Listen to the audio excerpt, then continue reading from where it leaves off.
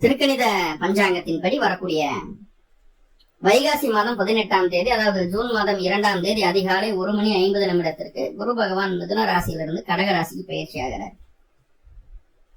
Again கடகராசிலிருந்து சிம்ம ராசிக்கு அதிசார பயிற்சி ஒண்ணு இருக்கு. அது ஐப்பசி மாசம் 14ஆம் தேதி 10வது மாசம் 31/2026 அன்னைக்கு. மறுபடியும் ஜனவரி 25, 2027 அன்னைக்கு மறுபடியும் எகைன் வகரகதியில கடகராசிக்குள்ளேயே போயிடுறாரு. குரு கடகத்துல இருக்கிற மாதிரியான பலன்கள் தான் ஏவரேஜா ஒரு 80% அப்படிதான் நடக்கும். குரு கடகத்துல இருக்கிறதுனால ரிஷப ராசிக்கு என்னென்ன விஷயங்கள் எல்லாம் நன்மையா நடக்க காத்திருக்கு, என்னென்ன விஷயங்கள்ல பிரச்சனைகள் இருக்கையும் பார்த்துடலாம். ஏன்னா ஒரு விஷயம் ஒரு கிரக பயிற்சி ஆகுது அப்படின்னா எல்லா இடத்துலயும் நன்மைகளை செஞ்சிடாது, அதே நேரத்துல எல்லா இடத்துலயும் தீமைகளையும் செஞ்சிடாது. நன்மைகளும் தீமைகளும் கலந்துதான் இருக்கும். சனி பயிற்சி ஆகுது, சனி எல்லா இடத்துலயும் நன்மைய செய்யாது, கண்டிப்பா அது எல்லாத்துக்கும் தெரியும். ஆனா எல்லா இடத்துலயும் தீமையும் செய்யாது. சோ இதை நம்ம அக்செப்ட் பண்ணிதான் ஆகணும். சோ அப்படி பார்க்கும்போது ரிஷபத்திற்கு குரு பகவான் 2ஆம் இடத்துல இருந்து 3ஆம் இடத்துக்கு பயிற்சி ஆகிறார். அப்போ அந்த ரிஷபராசிக்கு குருவினுடைய அம்சம் என்ன மாதிரியான பலன்களை தர காத்திருக்குது, நன்மையும் பார்த்திடலாம் தீமையும் பார்த்திடலாம், ரெண்டுமே அந்த பதிவுல இருக்கும். முதல்ல குரு பகவான் அப்படின்னு சொல்லக்கூடிய இருக்கும் ரிஷபத்திற்கு அஷ்டமாதிபதி. அஷ்டமஸ்தானம் அப்படிங்கிறது வம்பு வழக்கு பிரச்சனைகள், கோர்ட்டு கேஸ், சண்டை சச்சரவு, ஒரு அவமான அசிங்கம், தலைகுனி, இப்படின்னு ஒரு மனுஷனுக்கு என்னென்னவெல்லாம் தேவையில்லைன்னு நம்ம நினைக்கிறோமோ எல்லாத்தையும் தரக்கூடிய ஒரு ஸ்தானம் 8ஆம் இடம், அஷ்டமஸ்தானம். அதே நேரத்துல அவர் லாபத்துக்கும் அதிபதி. அப்போ அந்த பிரச்சனைன்னு வந்ததுன்னா வெற்றி தோல்வி அப்படிங்கிறது வேணும் இல்லையா? அந்த பிரச்சனைக்கு உண்டான வெற்றியை ஜெயத்தை கொடுக்க கூடிய ஸ்தானாதிபதியும் குரு பகவான் தான். வெற்றியை கொடுக்கக்கூடியவர், லாபத்தை கொடுக்கக்கூடியவர், வாழ்க்கையில முன்னேற்றத்தை ஏற்படுத்தக்கூடிய கிரகம். அடுத்தடுத்த ஸ்டெப் நீங்க உங்களை டெவலப் பண்ணி கொண்டு போகணும் அப்படின்னா 11ஆம் இடம் இல்லாம நடக்காது. அதாவது டெவலப்மெண்ட் அப்படிங்கிறது பொது எல்லாத்துக்கும், எல்லாரும் பாக்குற மாதிரி நம்ம மேல நிக்கணும் இல்லையா, நம்ம டெவலப் ஆகிறோம் இல்லையா, அதுக்குள்ள இப்ப வந்துட்டான் இப்படி வந்துட்டான் அப்படின்ற ஒரு பேர் இருக்கு இல்லையா, அதை கொடுக்கக்கூடிய கிரகம் குரு. அப்படிப்பட்ட குரு பகவான் பயிற்சி ஆகிறாரு. பயிற்சி ஆகி சும்மா மட்டும் இல்ல, உச்சமடையுது. அது 3ஆம் தைரிய வீரிய ஸ்தானத்துல உச்சமடையுது. சோ இது என்ன விஷயங்களை செய்ய காத்திருக்கு அப்படிங்கறத முதல்ல பாத்திரலாம். முதல்ல குருவினுடைய பார்வை ரிஷப ராசியை பொறுத்தளவு குருவினுடைய பார்வை 7ஆம் இடத்திற்கு, 9ஆம் இடத்திற்கு, 11ஆம் இடத்திற்கு கிடைக்குது. அப்போ அந்த 3 ஸ்தானங்களும் கட்டாயமாக பலமடையும், அதுல எந்த மாற்றமும் இல்லை. 7ஆம் இடம், 9ஆம் இடம், 11ஆம் இடம் 3மே பலமடையும். 8ஆம் அதிபதி 3ல இருக்கிறதுனால சில தீமைகளும் உண்டு. என்னங்கிறத பார்க்கலாம். ஃபர்ஸ்ட் ஒன், குரு 3ஆம் இடத்துல இருக்கார். சகோதரருடைய ஆதரவு பூர்ணமா கிடைக்கும். மாமனாருக்கு உடல் ஆரோக்கியம் நல்லபடியா இருக்கும். அவர் நல்ல சப்போர்ட் பண்ணுவாரு அப்படிங்கிற மாதிரி விஷயங்கள் எல்லாம் இருக்கு, இல்லைன்னு சொல்லல. ஆனா குரு 3ஆம் இடத்துல இருக்கிற ஒரு அட்டமாதிபதியா இருக்கும்போது புதியதாக காலி நிலம் வாங்குவது, டூ வீலர், முக்கியமா டூ வீலர் வாங்குவது, புதுசா பேங்க்ல அக்கௌண்ட் ஓபன் பண்றது, செக் லீஃப் போடுறது, அதே நேரத்துல ஒரு பெரிய விஷயத்துக்காக நீங்க கேரண்டி கையெழுத்து போடுறது. ஒருத்தர் நிலம் வாங்குறாரு, ஒரு வீடு கட்டுறாரு, ஒரு 1 கோடி ரூபாய் லோன் வாங்குறாருன்னா நம்ம போய் அது கேரண்டி போடுறது. கண்டிப்பா அந்த காசை நம்ம கட்ட வேண்டியதா போயிடும். அந்த விஷயத்துல கவனமா இருங்க. 3ஆவதா, வேலையிலும் கஷ்டப்படுறாங்க. அண்ணனோ தம்பியோ சொந்த பந்தத்துல யாரா இருந்தாலும் சரி, வேலையிலும் கஷ்டப்படுறாங்க.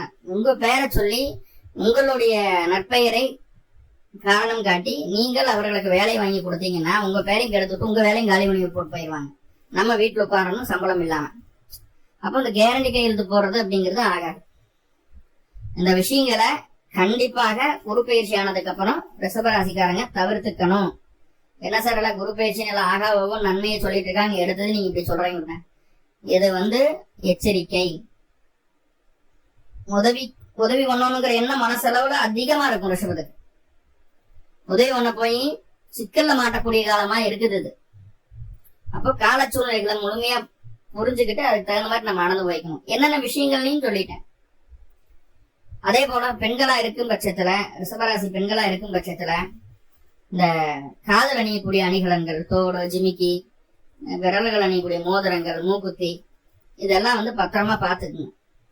அதே போல காலில் அணியக்கூடிய கொலுசு பத்திரமா பாத்துக்குங்க. எல்லாம் டைட்டா இருக்கா, கரெக்டா ப்ராப்பரா வேர் பண்ணிருக்கீங்களான்னு பாத்துக்குங்க. துளைந்து போவதற்கு வாய்ப்புகளை சொல்கிறது.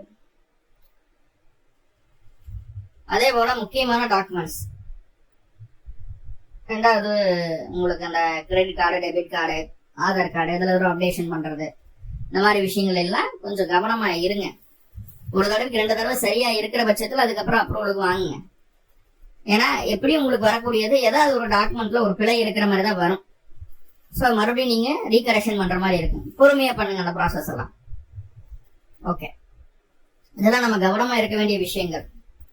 சரி, எதுல எல்லாம் நம்மளுக்கு நன்மை கிடைக்கும் அப்படின்னு சொல்லி பாத்துட்டீங்கன்னா, எனக்கு ஆல்ரெடி நிலம் வாங்கி அதுல பிரச்சனைகள் இருந்துட்டு இருக்குது, அதுக்காக முயற்சிகள் எடுத்துட்டு இருக்கோம். 9 பிரச்சனை அதுல வழியா போயிட்டு இருக்கு, பிடிச்சிட்டு இருக்குதுன்னா அது வந்து ரெக்கவர் ஆயிடுவீங்க, அதுல இருந்து வெளியே வந்துடுவீங்க.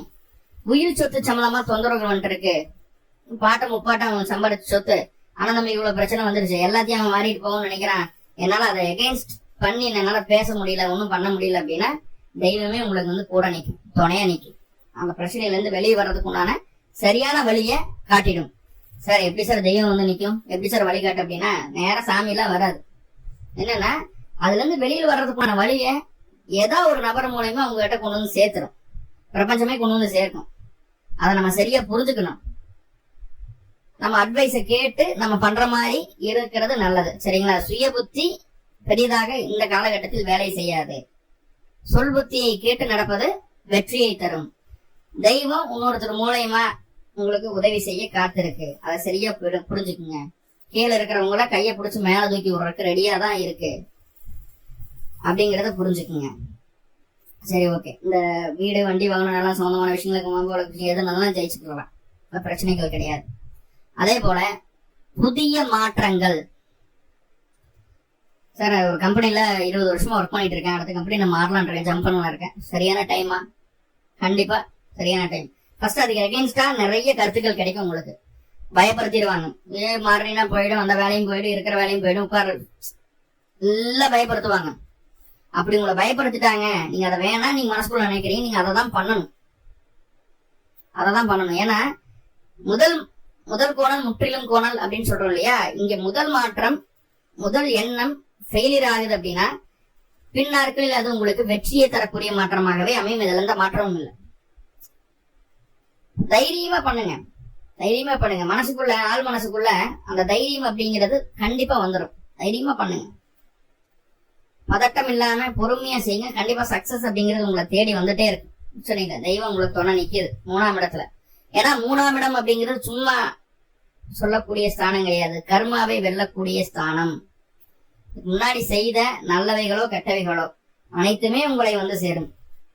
நன்மைகள் அதிகமாக இருந்தால் இந்த குரு பயிற்சி உங்களை கண்டிப்பாக 4 படி மேலே தூட்டு தான் போகும், மாற்றம் இல்லை. தீமைகளை அதிகமா இருக்கும் பட்சத்தில் மற்றவர்களுக்கு உதவி செய்யக்கூடிய அந்த குணாதிசயத்தை மாற்றிக்கொள்ள வேண்டும். நீங்க உண்டு உங்க வேலை உண்டு இருங்க சிவனேன, அது முக்கியமா ரிஷபராசிக்கு.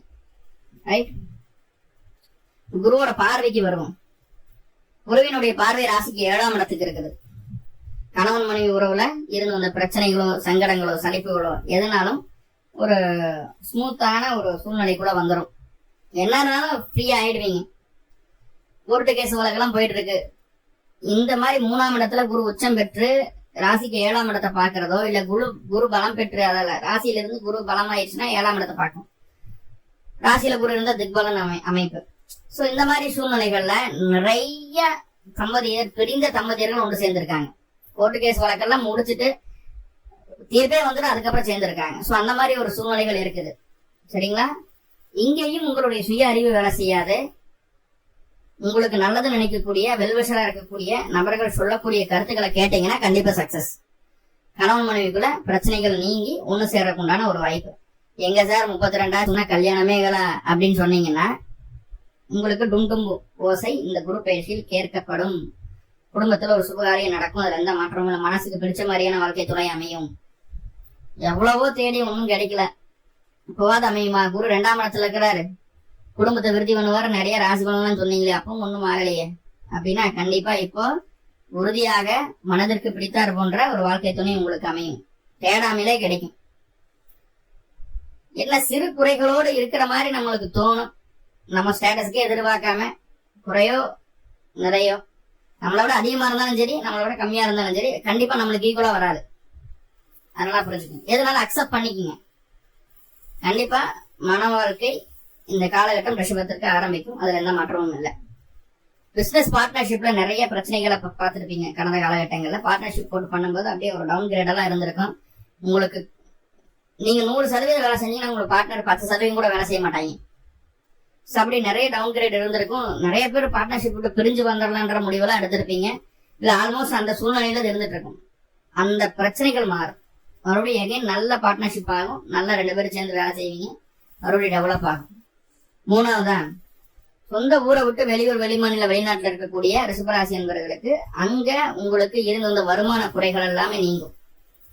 வருமான குறைகள் நீங்கும். அதுல நல்ல சம்பாத்தியத்தை அதிகப்படுத்துறதுக்கு உண்டான ஒரு சூழ்நிலையை அந்த குரு ஏற்படுத்தி தந்துடுவார். சோ இதெல்லாம் நன்மைகள். பொறுப்புகள் அதிகரிக்கும், பதவிகள் கிடைக்கும், வெளியூர், வெளிமாநில, வெளிநாட்டு பயணங்களுக்கு உண்டான முயற்சிகள் அது சக்சஸ் ஆகும். தந்தைக்கும் உங்களுக்கும் இடையே இருந்து வந்த உறவுகள் நல்லா இருக்கும். நல்ல ஒரு பொசிஷன்ல இருக்கக்கூடிய, நல்ல ஒரு செல்வாக்கு இருக்க, அரசியல் செல்வாக்கோ பொருளாதார செல்வாக்கோ இருக்கக்கூடிய பெரிய நபர்களுடைய நட்பு உங்களுக்கு கிடைக்கும். இந்த பூவோடு சேர்ந்து நாரும் மணக்கும் அப்படின்னு சொல்றோம் இல்லையா, அது போல பூ அந்த பெரிய பெரிய விஐபியோட சேர்ந்து நம்மளும் விஐபியா நம்மள ஃபீல் பண்ண வச்சிடும் அந்த குரு. மனசுக்குள்ள நம்மளுக்கு என்ன குறைச்சல், நம்ம நல்லாதான் இருக்கோம் அப்படிங்கிற ஒரு மன நிறைவை கொடுத்துருது குரு. தெய்வ அனுகூலத்தை பரிபூர்ணமா கொடுக்கும். 9ஆம் இடத்துக்கு குருவினுடைய பார்வை இருக்குன்னா அனுகூலம் பரிபூர்ணமா இருக்கும். குலதெய்வ வழிபாடே இந்த மாசம் உங்களுக்கு பெரிய முன்னேற்றத்தை கொடுக்குது. இந்த மாசம் இல்ல, இந்த வருஷம் ஃபுல்லாவே குலதெய்வ வழிபாடு செய்துட்டு வந்தாலே போதுமானது. பயங்கரமான முன்னேற்றம் இல்லை, எந்த மாற்றமும் இல்லை. நிறைய கோவில்களுக்கு போயிட்டு வருவீங்க. இல்ல போக முடியாத கோவில்கள் கூட இருக்கலாம். அங்கிருந்து பிரசாதமெல்லாம் வீடு தேடி வரும். ஸோ அந்த மாதிரியான ஒரு பிளஸ்டான ஒரு சூழலை நீங்க ஃபீல் பண்ணுவீங்க. அதே நேரத்துல 11ஆம் இடத்துக்கு குருவினுடைய பார்வை இருக்கு. தொட்ட காரியங்களை வெற்றி பெற வைக்கக்கூடிய பாவம் 11. அங்க ஆல்ரெடி சனி இருந்து உங்களுடைய லாபத்தையும் உங்களுடைய வெற்றியும் கம்மி பண்ணிட்டு இருந்தாரு. குருவோட பார்வை கிடைச்சதுக்கு அப்புறம் சனியினுடைய பாதிப்பு நீங்குது. எல்லாமே உங்களுக்கு சக்சஸ் அப்படிங்கிற ஒரு மன திருப்தியை கொடுத்துரும் கண்டிப்பா. இதெல்லாம் பாசிட்டிவ். என்னென்ன விஷயங்களை கவனமா இருக்கணும் அப்படின்னா, அடுத்தவங்ககிட்ட வேலைக்கு போயிட்டு இருக்கிறீங்க, கை நீட்டி சம்பளம் வாங்கி வேலை செஞ்சுட்டு இருக்கீங்க அப்படின்னா வேலையில ஒர்க்லோட் அதிகமாகும். வேலையில சுத்தி இருக்கிறவங்களும் நம்மளுக்கு ப்ரெஷர் கொடுப்பாங்க. இந்த வேலையை விட்டு அடுத்த வேலைக்கு போயிடலாமா அப்படின்ற எண்ணமெல்லாம் இருக்கும். ஸோ அதுல கொஞ்சம் கவனமா இருக்கணும். ரைட். 2வது, உயிர் சொத்து சம்பந்தமான விஷயங்கள்ல அடுத்தவங்களுக்கு காசு பணம் கொடுக்குற விஷயங்கள்ல கவனமா இருக்கணும். இந்த காலகட்டம் நீங்க கொடுத்தீங்கன்னா திருப்பி வாங்க முடியாது அப்படிங்கிற உண்மையை மைண்ட்ல ஏத்திக்கணும். ஸோ கொடுக்கல் வாங்கல ரொம்ப கவனமா இருக்கணும். ஒருவேளை நீங்க ஃபைனான்ஸ் பண்ணிட்டு இருக்கீங்க, இல்ல சீட்டு நடத்துறீங்க, இந்த மாதிரி விஷயங்கள் இருந்ததுன்னா ரொம்ப ஜாக்கிரதையா அதுல இருந்துக்குங்க. அதுல ஏமாற்றம் வர்றதுக்கு வாய்ப்புகள் உண்டு. 3வது என்னன்னா, எல்லாமே உங்களுக்கு சாதகமா நடக்கு அப்படிங்கிற ஒரு மன திருப்தி இருக்கும். பொறுப்பு கிடைக்குது, எல்லாம் நம்மளுக்கு சாதகமா இருக்கு, தெய்வான குலம் இருக்கு அப்படிங்கிற ஒரு மனநிலைமை வந்துடுது இல்லையா. அந்த நிலைமை வரும்போது என்னன்னா, தொழில் சம்பந்தமான விஷயங்கள்ல நிறைய விஷயங்களை கத்துக்காம போயிடுவீங்க இந்த காலகட்டம். இப்போ தொழில்ல கத்துக்க வேண்டிய நுணுக்கமான விஷயங்களை கத்துக்காம டைம் பாஸ் பண்ணிடுவீங்க ரிஷபம். இப்ப டைம் பாஸ் பண்ணும்போது என்ன ஆகுதுன்னா, அடுத்து குரு பயிற்சி ஆகும் இல்லையா, அப்ப தொழில் ரீதியாக நிறைய சிக்கல்களை சந்திக்க வைக்கும் குரு. 4ஆம் இடத்துக்கு குரு வரும்போது தொழில் ரீதியா நிறைய சிக்கல்களை சந்திக்க வைக்கும். சோ அதற்கு நீங்களே இடம் கொடுத்துறாதீங்க. என்னதான் உங்களுக்கு எல்லா சௌகரியமா நடந்தாலும், எல்லாமே உங்களுக்கு சாதகமா நடக்கிற மாதிரி இருந்தாலும், உங்களுடைய ஹார்ட் ஒர்க் என்ன, உங்களுடைய முயற்சி என்ன, உங்களுடைய வேலை என்னங்கிறத தெளிவா புரிஞ்சுக்கிட்டு அதை நோக்கி பயணம் பண்ணீங்கன்னா அடுத்து வரக்கூடிய குரு பயிற்சி மிகப்பெரிய ஜாக்பாட் உங்களுக்கு கொடுக்கும். இதை மட்டும் மைண்ட்ல வச்சுக்கோங்க. ஸோ நிறைய பாசிட்டிவான விஷயங்கள் இருக்கு, சின்ன சின்ன நெகட்டிவ் இருக்கு இல்லையா, அதெல்லாம் சரி செய்யறதுக்கு வீட்டு பக்கத்துல இருக்கக்கூடிய குருஸ்தலங்களுக்கு போங்க. தட்சிணாமூர்த்தி, குரு தட்சிணாமூர்த்தி, அவங்களுக்கு 2 நல்லான தெய்வம் போடுங்க. நீங்க போடக்கூடிய கிழமை அப்படிங்கறத பாத்தீங்க வெள்ளிக்கிழமைக்கு அந்த வழிபாடை செய்துட்டு வாங்க. கண்டிப்பா இந்த குரு பயிற்சி மிகப்பெரிய முன்னேற்றத்தை உங்களுக்கு தந்தே தீரும். மேலும் உங்களுக்கு நல்லதெல்லாமே நடக்கணும்னு சொல்லி எல்லாம் பல பரம்பொருளை பிரார்த்தனை பண்ணிட்டு இந்த பதிவை முடிச்சுக்கிறேன். நன்றி நண்பர்களை. நன்றி. வாழ்வளமுடன். திருச்சிற்றம்பலம்.